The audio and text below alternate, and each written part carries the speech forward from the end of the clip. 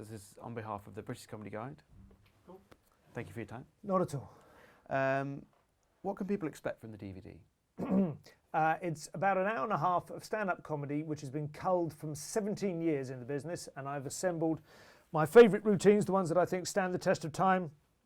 Some of them signature routines, others hidden gems, which I've assembled in an order which makes some kind of sense as a sort of chronological survey of my progression through life, or at least my survival of life over the last 18 years, from London down to Brighton and Hove, and a family man now as against the bachelor that I was when I started out. But it's not overly themed. It's the emphasis is on delivering laughs per minute without hopefully pandering to too much in the way of bad taste or crudity or ill will towards my fellow man. So how did you pick your routines that you included, and how do you remember them all? Well, I picked them because you are fairly aware, I think, as you go back through. You have notebooks and so on, and you have video and stuff you can refer to, and there might be one or two that I think caught me by surprise. Oh God, I'd completely forgotten about that. Yeah, that was good. But most of them remain in your mind. I think what people perhaps don't realise is quite how often you say these routines. If you do a routine, even just on tour, you do it 100 times, because you'll be doing it in the tryout stages, when you're developing it as a routine. Then you do the Edinburgh previews, of which there's usually at least a dozen. Then you do Edinburgh Festival, which is 30 shows. So you're up to 50 already, and you haven't even started the tour yet.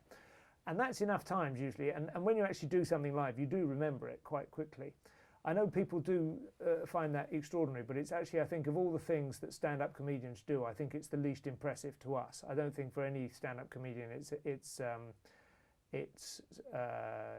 considered to be one of the trickier aspects. It's harder to book your train fares in time. That's the tricky part of the job. The remembering your material is easy. I remember when I first discovered Bob Dylan being impressed that he could remember all the lyrics to Desolation Road live. But now I see that I was a fool, and that's not the hard bit at all. You've been popping up on TV.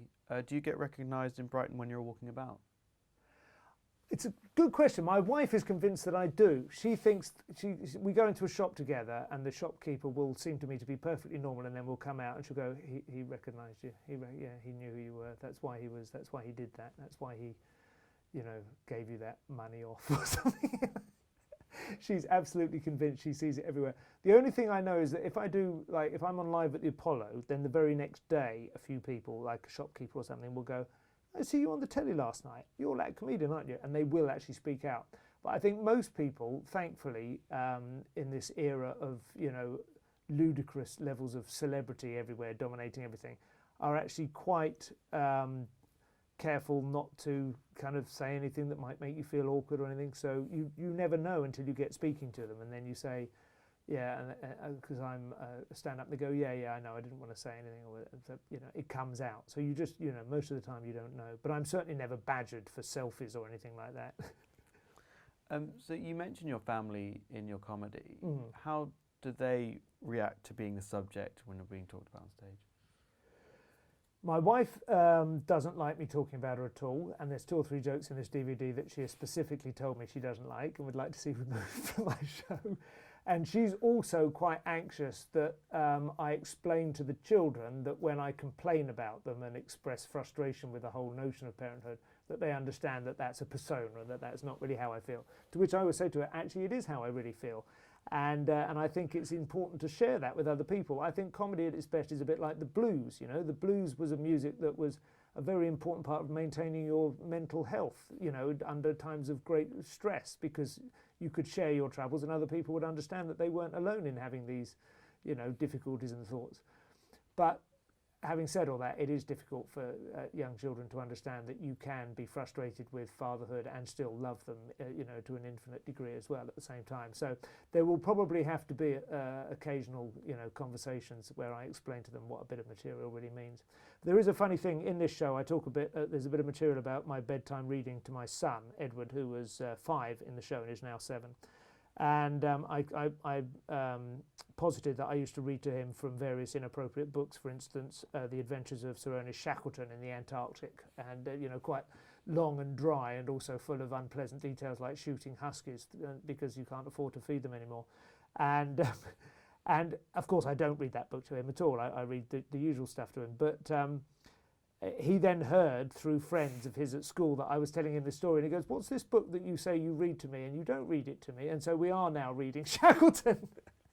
I've managed to get a children's version with some pop-up boats and huskies and very little of the the bloodshed and the full deprivation, and so it's sort of come true. It's funny how it works. They're pretty understanding. I think the important thing is that they they understand that this is how we earn our living, this is how we put bread on the table, and we do what it takes. So what's next for you with Christmas coming up? Does everyone know with your DVD out what Christmas gift they're going to be getting? Oh, I won't be giving anyone. Well, I suppose I might give them a DVD along with something. I can't imagine I would send anyone that I would be on first name terms with would receive a DVD. I think they have to pay for them anyway. Actually, I'm not quite sure what the deal is with Universal, but I think if you get a decent DVD deal, part of the the way they stop you just kind of getting box loads delivered to your house that you can then sell at gigs for £5 and undercut the shops. So I won't be receiving an awful number of them, but I'm hoping it will have some kind of impact. Obviously, I'd love to see it going up the charts, but who knows? Who knows? I'm not leaning too heavily on it. Next year, I'm making another series of Simon Evans Goes to Market, which is a Radio 4 series in which I try and make economics funny. It went very well last time. They've commissioned a second series. That I will begin writing in January. I'm really looking forward to that. I'm taking the family skiing for the week before Christmas rather than doing the hideous, horrible, hellish Christmas party gigs. So that's a nice bonus of having had a deal. And then if it goes well, we're going to go again to the Altitude Festival in March. So this might be our new mode, which is encouraging. And then I have a new show to write for the Edinburgh Festival in 2015. So those are my main, writing a radio series and writing the new show. And as I say, attempting to keep some sort of contact with my family without overdoing it. All right, thank you so much. You're welcome. Super.